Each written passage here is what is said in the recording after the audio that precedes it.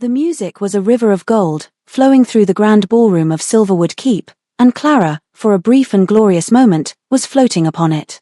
She loved these nights, not for the stifling politics or the brittle smiles of the court, but for the moments when Alaric's gaze would find hers across the expanse of polished marble.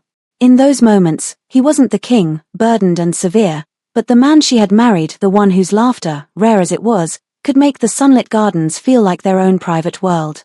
Her gown, a deep sapphire that matched the stone at her throat, felt less like armor and more like a second skin.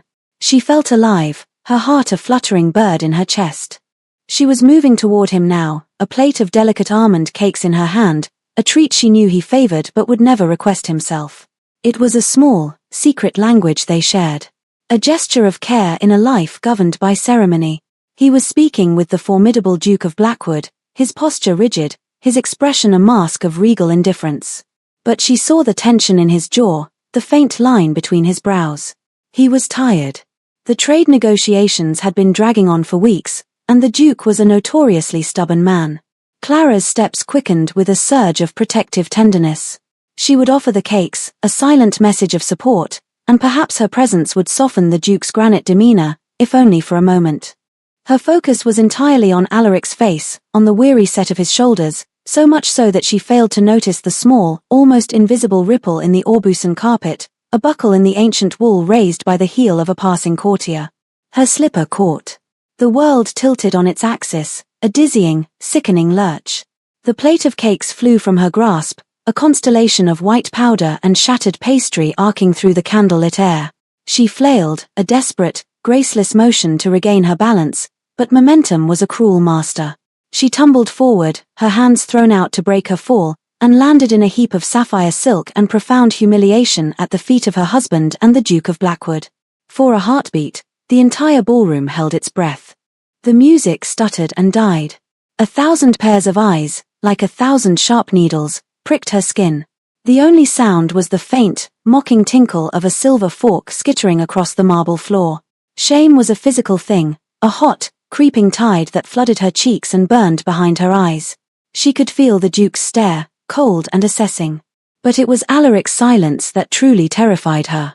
She pushed herself up, her movements clumsy with haste and mortification, her hands trembling as she tried to smooth her ruined gown. She finally dared to look up at him. The man she loved was gone. In his place stood the king, and his face was a storm cloud carved from ice. His eyes, the color of a winter sky, held no warmth, no flicker of concern, only a cold, annihilating fury. He did not offer a hand. He did not ask if she was hurt. He simply watched her, his expression making it clear that her physical state was irrelevant. It was her failure that mattered. The Duke of Blackwood, ever the diplomat, cleared his throat. A minor slip, Your Majesty. The carpets in these old castles can be treacherous. His voice was smooth, but his eyes held a glint of something she couldn't name, pity, or perhaps satisfaction. It didn't matter. Alaric ignored him completely. His focus was a physical weight pressing down on Clara, pinning her in place. He took a step forward, his voice a low, venomous snarl meant for her ears alone, yet it seemed to echo in the cavernous silence of the hall. You are a stain on my dignity, he hissed, each word a perfectly crafted dart of poison. You are the Queen of Eldoria, not a tavern wench stumbling through a barn dance. This clumsiness, this artless display, it ends tonight. Kill these clumsy habits, or I will replace you with a consort who understands the meaning of grace. The threat hung in the air between them, shimmering and deadly. Replace you. The words shattered something deep inside her. It wasn't just a political threat, it was a visceral rejection of her, of the woman she was. He wasn't asking her to be more careful. He was commanding her to annihilate a part of herself. The part that moved with unguarded joy, the part that sometimes forgot the 1,000 critical eyes that watched her every move. The part of her that was, simply, Clara. She looked into his unforgiving face and saw a stranger. The warmth she had seen moments before was a phantom, a memory of a man who no longer existed, or perhaps had never existed at all. In that moment, something inside her broke, and something else, colder and harder, began to form in its place. She rose to her full height, the trembling in her limbs ceasing as a strange, chilling calm descended. She met his gaze, and for the first time, her eyes were as empty as his. "As you command, my king," she said, her voice a perfect, crystalline whisper. And with a nod to the stunned duke, she turned and walked away, her back straight, her steps measured, each one a silent vow. He wanted a queen of ice and stone. He would have one. The transformation began the very next morning. Clara dismissed her ladies-in-waiting, women she had considered friends, whose gentle chatter had filled her chambers with a semblance of warmth. Their easy familiarity was a liability now, a reminder of the person she was forbidden to be. In their place came tutors. Monsieur Duval, the dance master, a man whose spine had never known the concept of slouching, was the first. He did not teach her to dance, he taught her to move. 4 hours each day, she walked the length of the solar with a stack of heavy books balanced on her head, her arms held just so, her chin at the precise angle of regal authority. "A queen does not walk, your majesty," he would say, his voice a dry rustle of silk. "She glides." The floor is beneath her notice. Any stumble, any hesitation, was met with a sharp rap of his cane against the floorboards and a withering sigh of disappointment. The muscles in her neck and back screamed in protest, but she ignored the pain, focusing on the cold, hard weight of the books, letting it seep into her soul. Her next tutor was Alara, a former courtesan of the old court, a woman whose face was a beautiful, unreadable mask. Alara's domain was etiquette, but her true subject was stillness. She taught Clara how to sit for hours without fidgeting, how to hold a wine glass without her fingers trembling, how to listen to the most tedious council report with an expression of serene interest. "Emotion, your majesty, is a weapon to be used, not a weakness to be displayed," Alara would murmur, her voice like honey laced with frost. "Your face is the property of the crown. It must reveal only what you intend it to reveal." They practiced in front of a large, gilt mirror. Clara watched herself for hours, learning to tame the flicker of a smile, to banish the furrow of a brow, to empty her eyes of all but a placid, impenetrable calm. She watched the Clara she knew fade away, replaced by a polished, perfect stranger. Her voice was the final frontier. She had always spoken with an earnest passion, her words sometimes tumbling over one another in her excitement. Alaric had once teased her for it, calling it her river of words. Now, that river had to be frozen. She spent her afternoons with the royal orator, a man who spoke in sonorous, perfectly modulated tones. He taught her to breathe from her diaphragm, to lower the pitch of her voice, to speak slowly, deliberately, each word chosen with the precision of a jeweler selecting a stone. Laughter was the first thing to be completely eradicated. It was too spontaneous, too artless. A small, closed-mouth smile, executed with precision, was permissible. Nothing more. The sound of her own laughter, which had once filled the gardens, became a distant echo, a ghost of a life she no longer lived. 3 weeks into her training, Alaric found her in the library after midnight. She was practicing her walk, a single candle her only light, the shadows stretching like grasping fingers around her. He had stopped, his expression unreadable in the gloom. "Clara," he had said, his voice softer than she had heard it in weeks. "It is late." She had paused, turned, and executed a perfect, shallow curtsy. "My king," she replied, her voice the cool, measured tone she had practiced for 100 hours. "I was merely correcting a flaw in my posture. I will not allow it to happen again." He had stared at her, a flicker of something, confusion, regret, in his eyes. He had taken a step toward her, his hand slightly outstretched. She did not flinch or recoil. She simply remained still, a statue of alabaster and moonlight, waiting for his command. The space between them, once filled with easy affection, was now a chasm of perfect, silent etiquette. His hand dropped to his side. "Very well," he had said, his voice suddenly clipped. And he had turned and left her alone in the darkness. She stopped touching him. It was not a conscious decision, not an act of rebellion. It was simply a consequence of the new rules that governed her existence. A queen did not initiate contact.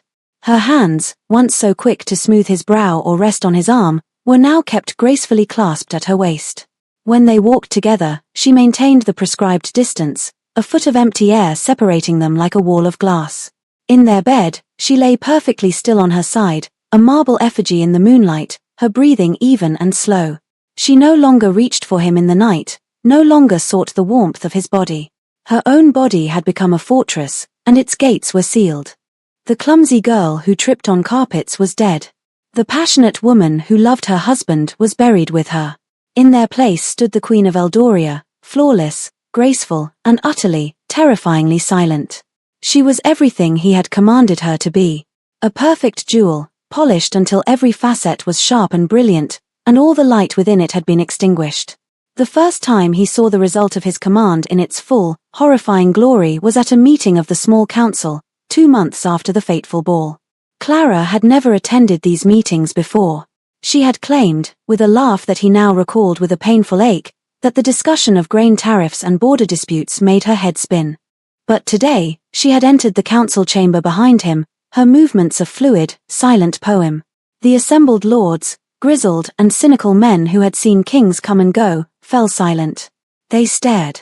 She was wearing a gown of severe grey silk, her hair swept up in an intricate arrangement of braids that left her neck long and vulnerable, yet she looked as impenetrable as the castle walls. She took her seat beside his throne, her back ramrod straight, her hands folded serenely in her lap. Lord Valerus was droning on about a dispute over lumber rights in the Northern Territories. It was a tedious, circular argument he had made a dozen times before. Normally, Alaric would have seen Clara's attention begin to wander. She would have subtly shifted in her seat, or her eyes would have drifted to the patterns of sunlight on the floor. He would have felt a small, secret smile touch his own lips at her barely concealed boredom. But today, she sat as still as if carved from marble. Her gaze was fixed on Valerus, her expression one of placid, unwavering attention. She did not blink. She did not move. She simply was. Alaric found his own attention drifting, not from the tedious report, but to the woman beside him. He studied her profile, the perfect, classical line of her nose, the smooth column of her throat. She was beautiful. More beautiful, he supposed, than she had ever been. A masterpiece of regal perfection. A queen for poets to praise and painters to capture. The Duke of Blackwood, the same man who had witnessed her fall, leaned forward. "Your Majesty," he said, his voice laced with a newfound respect. "The Queen's presence lends a certain gravity to our proceedings." A model of decorum. Alaric nodded, a tight, automatic gesture. He felt a flicker of pride. This is what he had wanted. A queen who commanded respect, who betrayed no weakness, who was his equal in station and in bearing. He had ordered her to kill her habits, and she had obeyed with a terrifying efficiency. He had demanded a queen, and she had forged one from the ashes of the woman he had married. But as the meeting dragged on, the pride began to curdle into a strange, hollow unease. Her stillness was not serene, it was absolute. Her silence was not thoughtful, it was empty. He watched her for a full 5 minutes, and in that time, the only thing that moved was the slow, rhythmic rise and fall of her chest. She was breathing. It was the only proof he had that she was still alive. Later that evening, he sought her out on the battlements. The sun was setting, bleeding crimson and gold across the western sky. It was a view she had always loved. She used to lean against the cold stone, her hair catching the wind, and talk for hours about nothing and everything. He found her standing there, but she was not looking at the sunset. She was staring straight ahead, her hands clasped behind her back, her posture as rigid as a soldier's. He came to stand beside her, the familiar scent of lavender and rose from her skin now so faint it was barely there. "The sunset is beautiful tonight," he said, his voice feeling loud and clumsy in the quiet air. "Yes, Your Majesty," she replied, her gaze not shifting. Her voice was calm, pleasant, and utterly devoid of feeling. It was the voice she might use to comment on the weather with a foreign ambassador. He tried again, a desperate edge creeping into his tone. "Do you remember the first time we stood here? You told me you thought the clouds looked like a fleet of burning ships, a ghost of a memory, one he had cherished." Her answer came without a moment's hesitation, as if recited from a book. "I do not recall, Your Majesty. My memory of such trivial things is not what it once was. Trivial things. Their shared moments, their private jokes, the soft, unguarded pieces of their life together, were now trivial." He felt a cold dread snake its way around his heart. He had commanded her to be a queen, and in her relentless obedience, she had excised everything that was not royal, everything that was simply Clara. He reached out, his fingers brushing against the sleeve of her gown. It was an impulsive gesture, a desperate need to feel something, to connect. She did not pull away. She did not react at all. She simply stood there, allowing the contact, as inert and unresponsive as the stone beneath her feet. His hand fell away. He had polished the diamond of his wife until he had ground it to dust. And now he was left with nothing but the cold, sharp, worthless grit. The days bled into weeks, the weeks into a season. The court marveled at their new queen. They called her the Ice Queen, the Marble Majesty, the Silent Sovereign. They spoke of her grace, her unshakable poise, her flawless decorum. They saw a symbol, an ideal of queenship made flesh. Alaric saw a ghost haunting the halls of his palace. He saw an exquisitely crafted automaton performing the functions of his wife. Breakfasts were silent affairs. She would eat with meticulous precision, her napkin placed just so, her movements economical and soundless. He would try to start a conversation, speaking of state matters, of the harvest, of anything at all, and she would respond with perfect, brief, and impersonal courtesy. Indeed, Your Majesty, as you say, my king, I have no opinion on the matter. Her eyes never truly met his. They would focus on a point just over his shoulder, or on the knot of his cravat. It was a subtle but complete erasure of him as a person. He was her king, her sovereign, the source of her commands, but he was no longer her husband. The silence between them grew, a living entity that filled every room they shared. It was heaviest in their bedchamber. He would watch her at her vanity, her lady's maid brushing out her long, dark hair. Clara would sit perfectly still, her eyes on her own reflection in the mirror, but her expression was blank. There was no pleasure in the ritual, no vanity, only a quiet, patient endurance. When she came to bed, she would lie down, fold her hands over the coverlet, and close her eyes. Sleep seemed to claim her instantly, a seamless transition from stillness to absolute stillness. But Alaric knew she was often awake. He could feel the rigid control in her body even in the darkness, the careful, shallow breaths she took. He would lie there for hours, the space between them a frozen river, aching with the desire to reach out, to shake her, to scream until a flicker of the old Clara returned. But he did not. What could he say? I have changed my mind. The command is rescinded. How could he order her to feel again, when he was the one who had commanded her to stop? One afternoon, he found a small, forgotten book of poetry in a dusty corner of the library.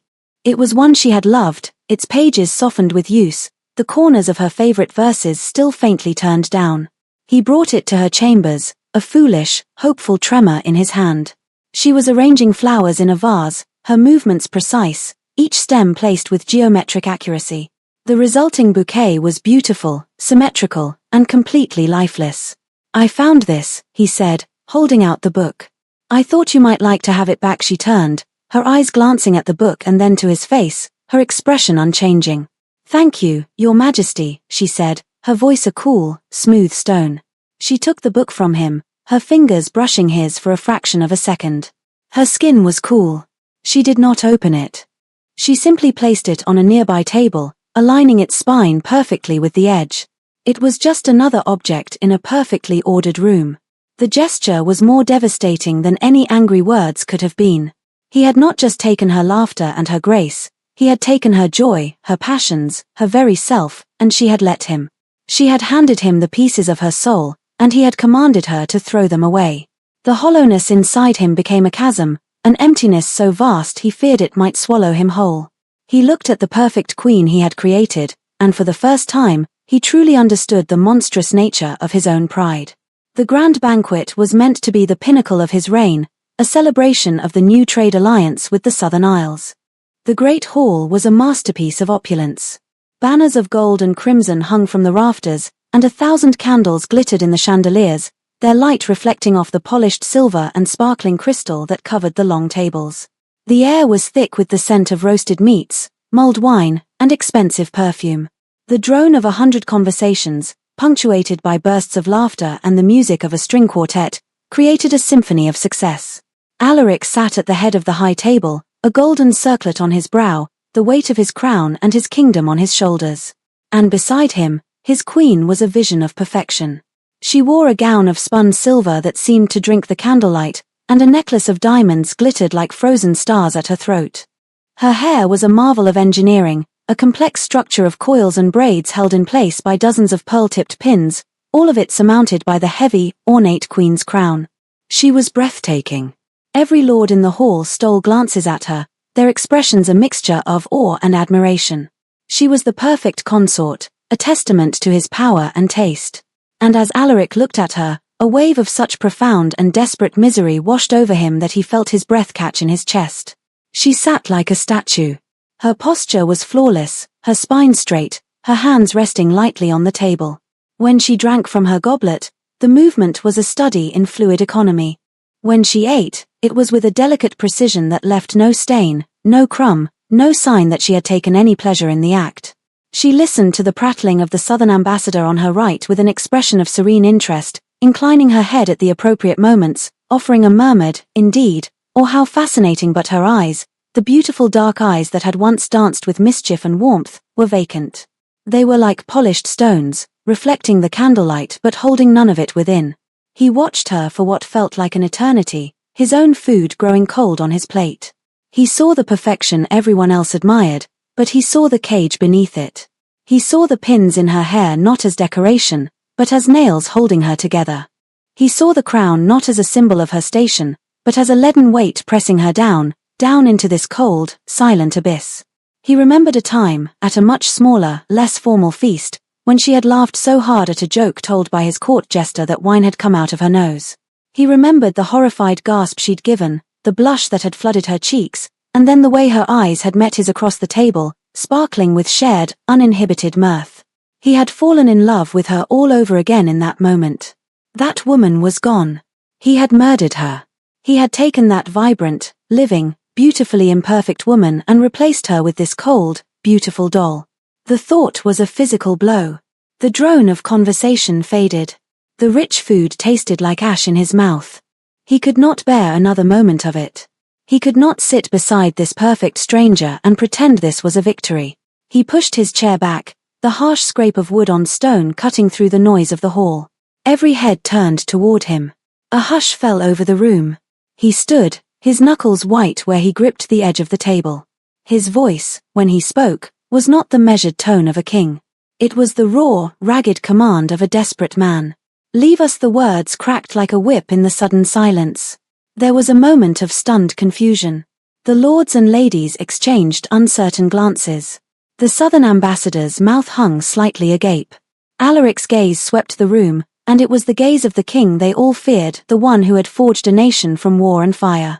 There was no room for argument in that look. "Now," he commanded, his voice lower, more dangerous. The spell broke. A frantic, rustling scramble began as hundreds of guests rose from their seats. Chairs scraped, goblets clattered, and a river of silks and velvets flowed toward the great oaken doors. No one spoke. No one dared to look at the king or his silent queen. Within a minute, the vast, echoing hall was empty. The doors boomed shut, leaving Alaric and Clara alone in the sea of guttering candles and the wreckage of a feast. The silence that descended was absolute, a heavy blanket that smothered all sound. It was the same silence that had lived between them for months, but now, in the vast emptiness of the hall, it was unbearable. Clara had not moved. She had not even turned her head to watch the exodus. She remained in her seat, a silver statue at the head of an empty table, her hands still folded, her posture perfect. She was waiting for her next command. Alaric's heart hammered against his ribs. He knew what he had to do. This could not be undone with words alone. An apology would be a meaningless sound in the void he had created. He needed to tear down the prison he had built around her, piece by piece. He did not beg. He did not plead. He walked. He moved from behind the high table, his steps echoing on the stone floor. He walked the length of the dais until he stood behind her chair. She did not tense. She did not acknowledge his presence in any way. She simply sat, her stillness a monument to his cruelty. He reached out, his hands trembling slightly, and his fingers brushed the cold, heavy gold of her crown. For a moment, he hesitated. This was the symbol of everything he had demanded she become. Lifting it felt like a blasphemy against the very order he had imposed. He took a breath, his resolve hardening. Gently, deliberately, he took hold of the crown and lifted it from her head.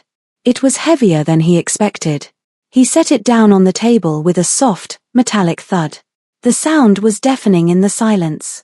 Without the crown, her hair looked impossibly complex, a fortress of braids and coils. His work was not done.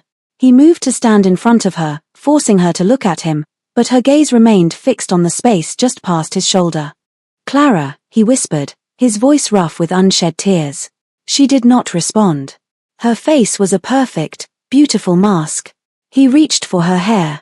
His fingers, clumsy and large, fumbled with the first pearl-tipped pin. It was sunk deep into a tight coil of hair. He worked it free, his touch surprisingly gentle. He pulled it out and laid it on the table beside the crown. He moved to the next one, and the next. One by one, he began to dismantle the perfect, rigid structure. A thick strand of dark hair, freed from its prison, fell softly against her cheek. She flinched, a tiny, almost imperceptible tremor. It was the first genuine reaction he had seen from her in months, and it gave him a surge of desperate hope. He continued, working with a focused intensity, pulling pin after pin from her hair. With each one, another piece of the elaborate construction came undone. A braid unspooled over her shoulder. A coil unwound, brushing against her neck. The hair that had been scraped back so severely began to soften around her face, framing it in a way he had not seen since before the ball. It was messy. It was imperfect. It was beautiful. He kept going until the last pin was removed and her hair, all of it, cascaded down around her shoulders, a heavy, dark curtain of silk, smelling faintly of lavender. It fell across her face, shielding her from his view. He knelt before her, so their eyes were on the same level. He gently pushed a stray lock of hair from her cheek. "I commanded you to be a queen," he admitted, his voice cracking, the words tasting like poison and regret. "I told you to be perfect. To be flawless.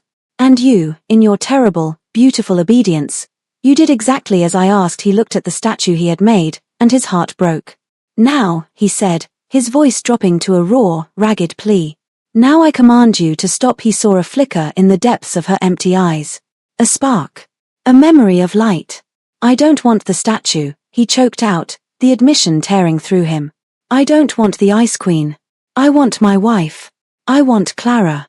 For a long moment, she said nothing.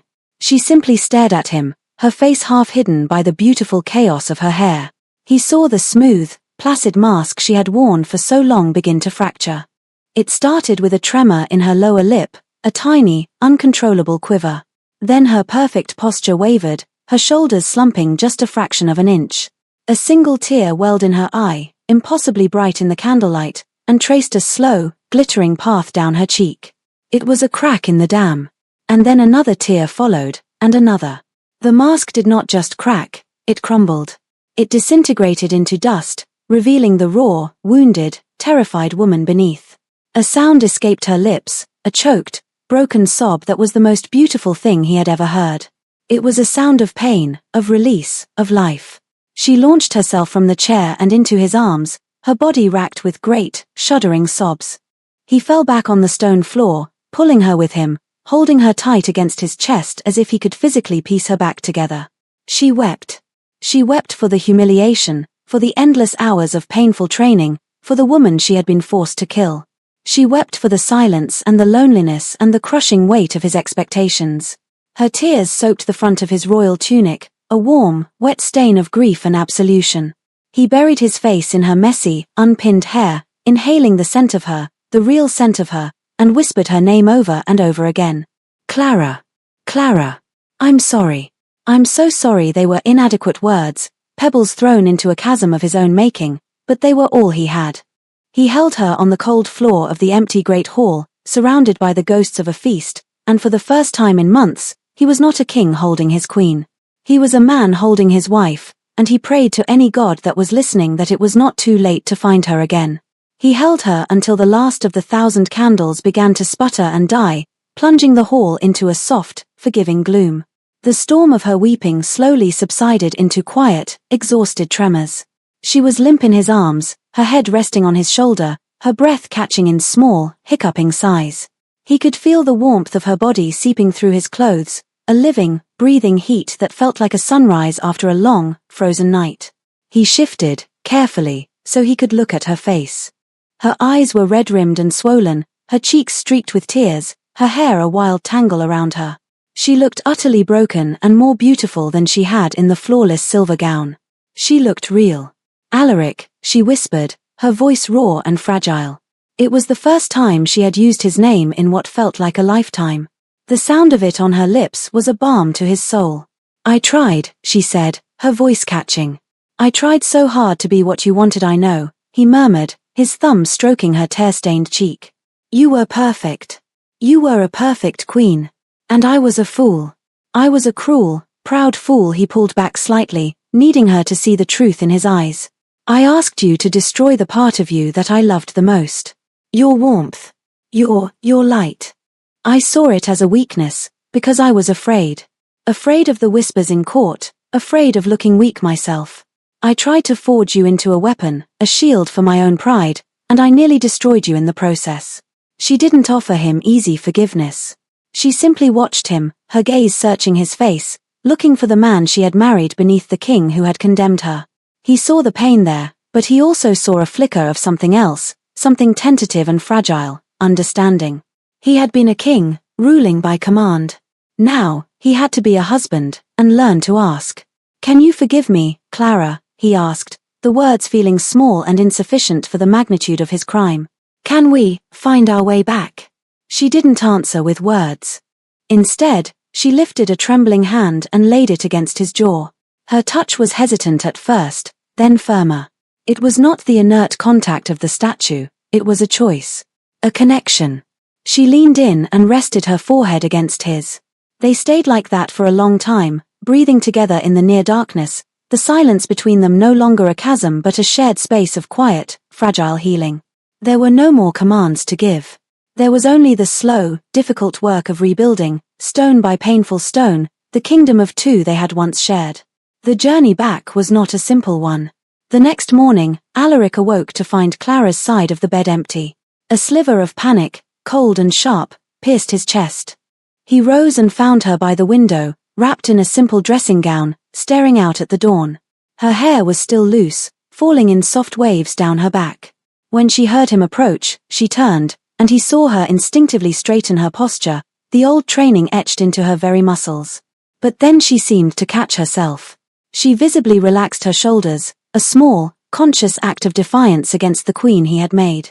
A wobbly, uncertain smile touched her lips. It was the first genuine smile he had seen in months, and it was like watching a flower bloom after a brutal winter. He did not command her to breakfast. He went to the kitchens himself, shocking the staff into stunned silence, and brought back a tray. It was a clumsy effort. He spilled some of the juice, and the toast was slightly burned. He set it down on a small table near the window. "I thought, we could eat here," he said, feeling as nervous as a young suitor.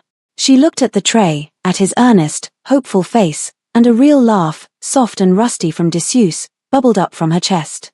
"You are a terrible servant, my king," she said, the gentle teaser melody he had thought he would never hear again. "I am," he agreed, his heart swelling. "But I hope to become a better husband."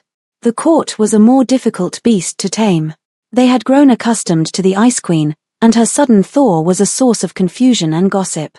At the next council meeting, when a minor lord made a condescending remark, assuming her silence meant she was merely decorative, Clara spoke. Her voice was quiet, but it was no longer the flat, emotionless tone of the automaton. It was laced with an iron he had never heard before. She calmly and methodically dismantled the lord's argument with a clarity and insight that stunned the entire room into silence. She had been listening all those months, observing, learning. She had forged her own kind of strength in the crucible of his making. When she finished, she looked at Alaric, a question in her eyes. He gave her a slow, proud nod. He was no longer her commander, but her ally. There were still days when the ghost of the Ice Queen would return. Moments of stress when she would retreat into a silent, rigid stillness. Times when she would catch her reflection and he would see a flicker of the stranger in her eyes. But he learned to be patient. He would not command her to feel, but he would invite her to. He would bring her a wildflower from the garden. He would read to her from her favorite book of poetry, his voice soft in the firelight. He would reach for her hand, not with the expectation of a king, but with the hope of a husband, and more often than not, her fingers would curl around his, a silent answer to a question he was finally learning how to ask. One evening, months later, there was music in the garden, a small quartet playing for no other reason than the beauty of a summer night. Alara stood by the fountain, watching the fireflies. Alaric came to her side. He didn't speak. He simply held out his hand. She looked at it, then up at his face. 100 emotions played across her features. Memory, pain, fear, and then, finally, a slow, dawning hope. She placed her hand in his. He led her to a small patch of open grass, and in the soft glow of the lanterns, he began to dance with her. It was not the formal, precise dance of the ballroom. It was a clumsy, gentle sway, a quiet shuffle under the stars. At one point, she stumbled, her foot catching on a root. She gasped, her body tensing for a moment in remembered fear. But Alaric only held her tighter. "It's all right," he murmured into her hair. "I've got you." She looked up at him, and in the starlight, he saw that her eyes were shining, not with tears of grief, but with a light he thought he had extinguished forever. She was not the clumsy girl he had shamed, nor the perfect queen he had created. She was Clara. She was his wife. And she was, finally, home.